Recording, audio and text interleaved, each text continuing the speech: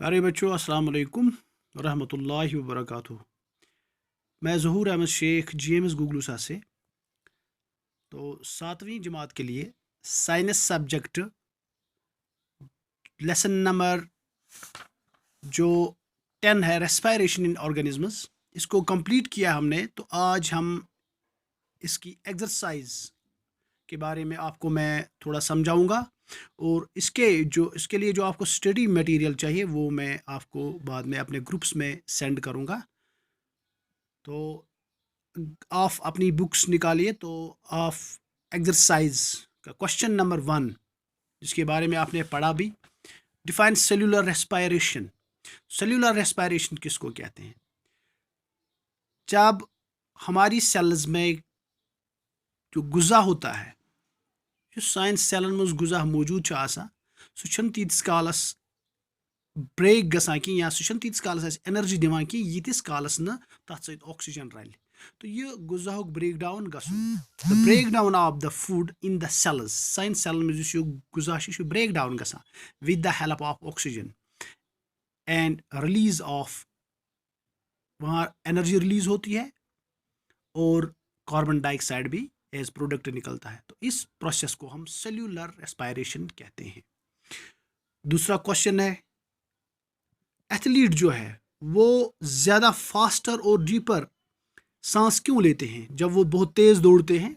ये तेज़ दौरान या रेस करान, तो यह पे निवान ज़्यादा ऑक्सीजन अंदर, शह जल्दी त्रावान, क्या ऑक्सीजन ऑक्सीजन लेवल जिसमस मज सह यूटिलाइज गुमुज फॉर रेस्पायरेशन। इसके लिए जो हमारे सेल्स में ऑक्सीजन होता है वो यूटिलाइज होता है जल्दी जल्दी, तो हमारी सेल्स को और ऑक्सीजन की ज़रूरत पड़ती है। तो उस वजह से हम ज़्यादा डीप ब्रीथ करते हैं, ऑक्सीजन अंदर लेते हैं और वहाँ से जल्दी जल्दी कार्बन डाइऑक्साइड रिलीज होता है।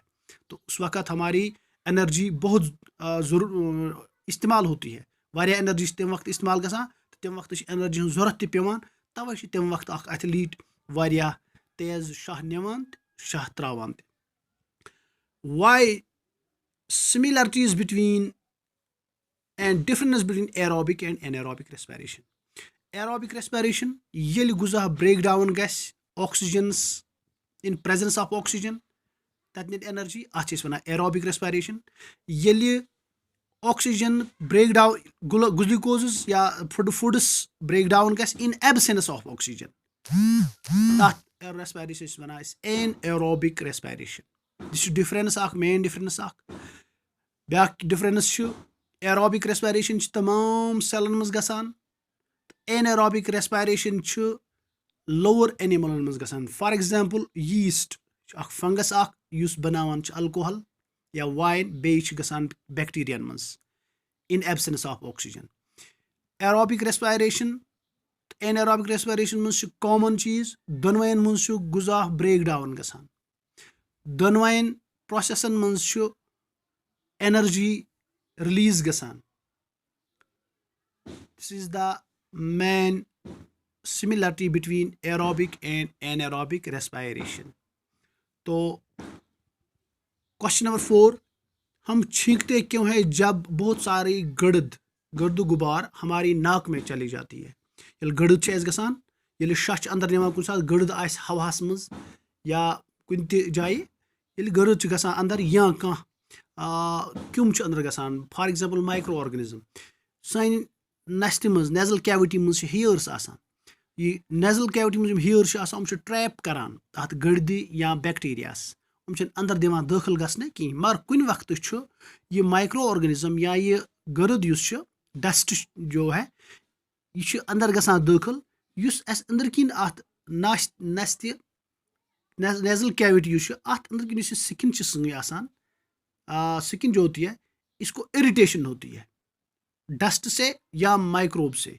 जो ही इरिटेशन होती है तो उस वक्त हमारे नर्वस सिस्टम से एक मैसेज आती है, तो उस वक्त हमें छींक आती है, स्नीज हम कहते हैं, जिसको स्नीजिंग बोलते हैं, छींकना या फुंद त्रावे वनान अम सत यह बैक्टीरिया या ये गर्द सान नस्ट मज सामज यह नेबर नीरित, तो इससे हमें साफ एयर अंदर जाता है और गर्द और बाकी माइक्रो ऑर्गेनिज्म है इससे हम बच जाते हैं, वो अंदर इनहेल नहीं होते हैं। तो क्वेश्चन नंबर 5 जो है इसको हम बाद में आपको जो टेस्ट ट्यूब 3 लेने हैं वहाँ पर स्नेल लिया है, एक में स्नेल रखना है एक टेस्ट ट्यूब में, एक में प्लांट रखना है, और इसी तरह बी और सी में दोनों में एक स्नेल भी रखेंगे और प्लांट भी रखेंगे। तो हमें देखना है हाईएस्ट कंसंट्रेशन कहाँ होगी। जनरली अगर हम देखेंगे जहाँ प्लांट होगा वो कार्बन डाइऑक्साइड को कंज्यूम करता है फोटोसिंथेसिस के लिए, और स्नेल जो है वो कार्बन डाइऑक्साइड रिलीज करता है और वहाँ पर प्लांट जो है वो उसको कंज्यूम करता है। तो इससे देखेंगे हम हाईएस्ट कंसंट्रेशन जो होगी तो वो तो ए में ही होगी, क्योंकि वहाँ पर खाली स्नेल ही है तो वो कार्बन डाइऑक्साइड रिलीज करेगा तो वहाँ पर ज़्यादा कार्बन डाइऑक्साइड होगा। लेकिन जिस टेस्ट ट्यूब में हम प्लांट भी रखेंगे तो प्लांट उस कार्बन डाइऑक्साइड को कंज्यूम करेगा। उसके बाद है आपको टिक मार्क ऑफ, देखो क्वेश्चन नंबर 6 है तो ये आपको ऑब्जेक्टिव टाइप है, इसमें 4 आंसर्स हैं, 4 आंसर का एक करेक्ट आंसर है।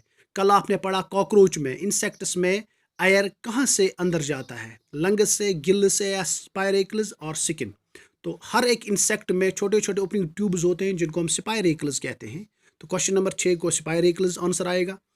तो बी पार्ट, हैवी एक्सरसाइज जब हम करते हैं तो हमारे मसल्स में क्रैम्प्स हो जाते हैं, उस वक्त हमारे मसल्स में लैक्टिक एसिड बन जाता है, जो आपने पढ़ा।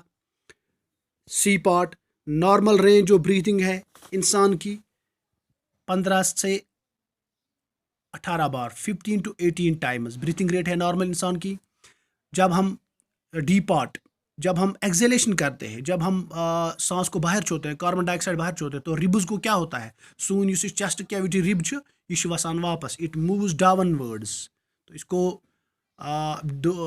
सेकंड पार्ट आंसर है। इसके बाद है कॉलम एक को कॉलम 2 से मिलाना है। फॉर एग्जाम्पल यीस्ट, जो अभी मैंने कहा आपको, यीस्ट क्या बनाता है, अल्कोहल, तो इसको अल्कोहल आंसर है। डायाफ्राम, जो मैंने आपको कहा है कि ये एक चेस्ट कैविटी के नीचे है तो इसको हम चेस्ट कैविटी से मिलाएंगे, फोर्थ। उसके बाद है स्किन, अब यहाँ से देखना स्किन, रेस्पिरेशन थ्रू स्किन किस में होती है, अर्थवर्म यथ बमसिम वनान। उसके बाद है डी पार्ट लीव्स, लीव्स में क्या होते हैं, छोटे छोटे सुराख होते हैं, जो आपने 6th क्लास में भी पढ़ा हुआ है ऑलरेडी। जो छोटे छोटे सुराखों को कहते हैं स्टोमेटा।